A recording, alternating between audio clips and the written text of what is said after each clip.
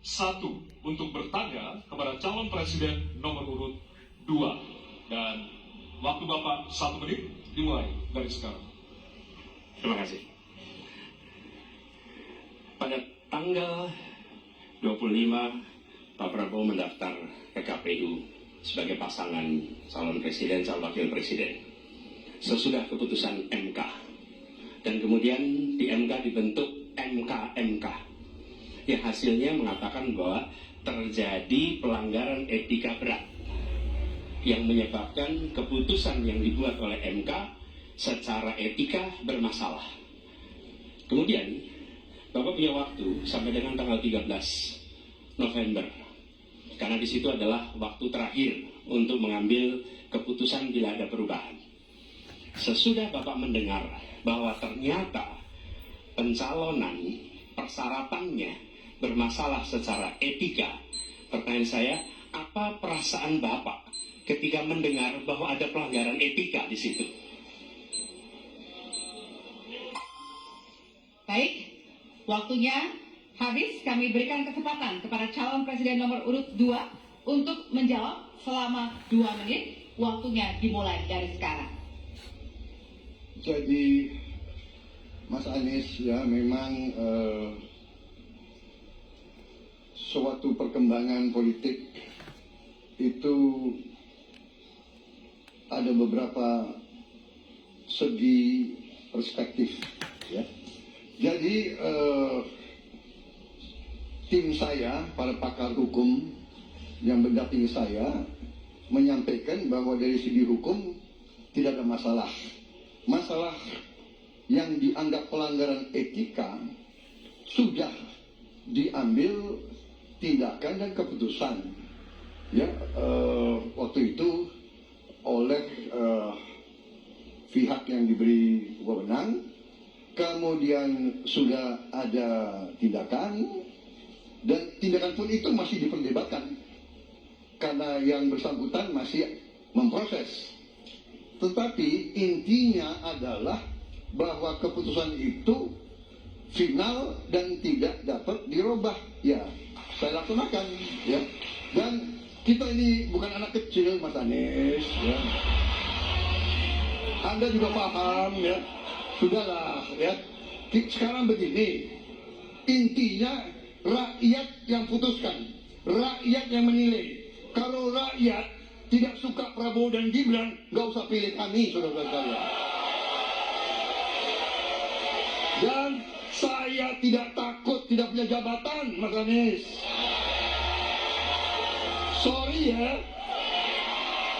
Sorry ya.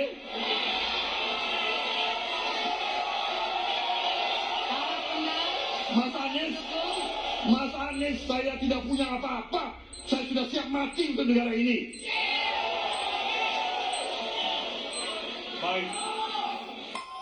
Waktu Anda habis, Bapak, dan selanjutnya kami persilakan kepada calon presiden nomor urut 1 untuk menanggapi jawaban dari calon presiden nomor urut 2. Waktu Bapak 1 menit.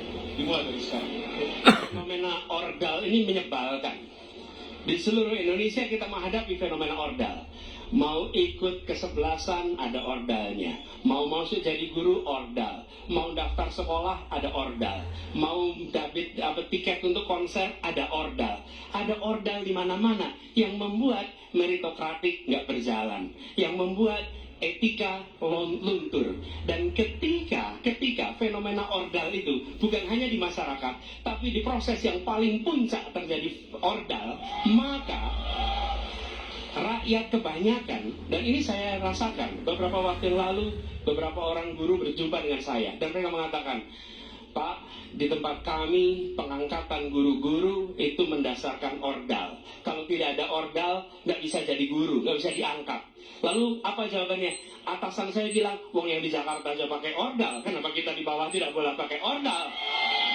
Negeri ini rusak apabila tatanan itu hilang. Ya. Sekarang kami berikan kesempatan kepada calon presiden nomor urut 2 untuk menanggapi tanggapan dari calon presiden nomor urut 1. Waktunya 1 menit dari sekarang. Mas Anies, dalam demokrasi kekuasaan tertinggi ada di rakyat. Hakim yang tertinggi adalah rakyat. Tanggal 14 Februari, rakyat yang akan mengambil keputusan. Kalau kami tidak benar, salah, berkhianat, rakyat yang akan menghukum kami. Waktu masih ada, Bapak? Sudah cukup? Baik, terima kasih. Harap tenang hadirin, kita akan lanjutkan. Ya, kita akan lanjutkan. Dan untuk kesempatan ini kami berikan kepada calon presiden nomor urut 2 untuk bertanya kepada calon presiden nomor urut 3. Dan waktu Bapak 1 menit dimulai dari sekarang. Mas Ganjar punya pengalaman sebagai gubernur. Saya ingin bertanya, bagaimana pemikiran Bapak untuk mengatasi pengangguran yang masih banyak, terutama lulusan-lulusan sekolah dan sarjana yang belum tertampung. Mungkin pengalaman Bapak bisa Bapak memberi suatu pencerahan kepada kami. Terima kasih. Waktunya masih ada, Bapak ada yang ditambahkan? Baik, cukup. Oke. Selanjutnya kami berikan kesempatan kepada calon presiden nomor urut 3 untuk menjawab selama 2 menit. Waktunya dimulai dari sekarang. Terima kasih Pak Prabowo. Isu ini sangat kontekstual dan saya kira dari pertanyaan masyarakat begitu sulitnya mendapatkan pekerjaan. Ada beberapa poin Pak. Yang pertama adalah membuka ruang investasi yang cukup besar dengan cara memastikan penegakan hukumnya bisa berjalan baik, kepastian hukumnya berjalan dengan baik, transparan, akuntabel, mudah, murah, cepat dalam sebuah layanan. Tanpa itu dilakukan, mereka akan minggat dan mereka akan pergi, tidak mau datang. Yang kedua, ketika mereka datang, sudah masuk berinvestasi, katakan, pusat-pusat pertumbuhan sudah diberikan kepada mereka oleh pemerintah dengan fasilitasi kawasan industri umpama, insentif pajak umpama, kemudahan perizinan, ease of doing business umpama, maka ketika kemudian itu sudah berjalan, Pak, yang mesti disiapkan adalah SDM.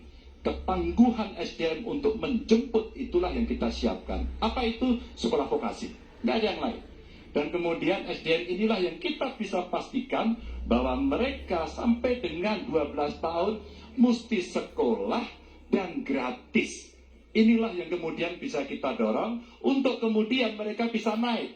Ada juga tindakan afirmasi sekaligus untuk menurunkan kemiskinan adalah setiap satu keluarga miskin kita kasih kesempatan satu anaknya sampai ke perguruan tinggi. Karena itulah yang akan membongkar dan kemudian memberikan ruang pekerjaan yang jauh lebih banyak kepada mereka. Maka peran-peran inilah yang mesti kita dorong. Kawasan industri Kendal sudah bekerja sama dengan 100-an lebih sekolah vokasi.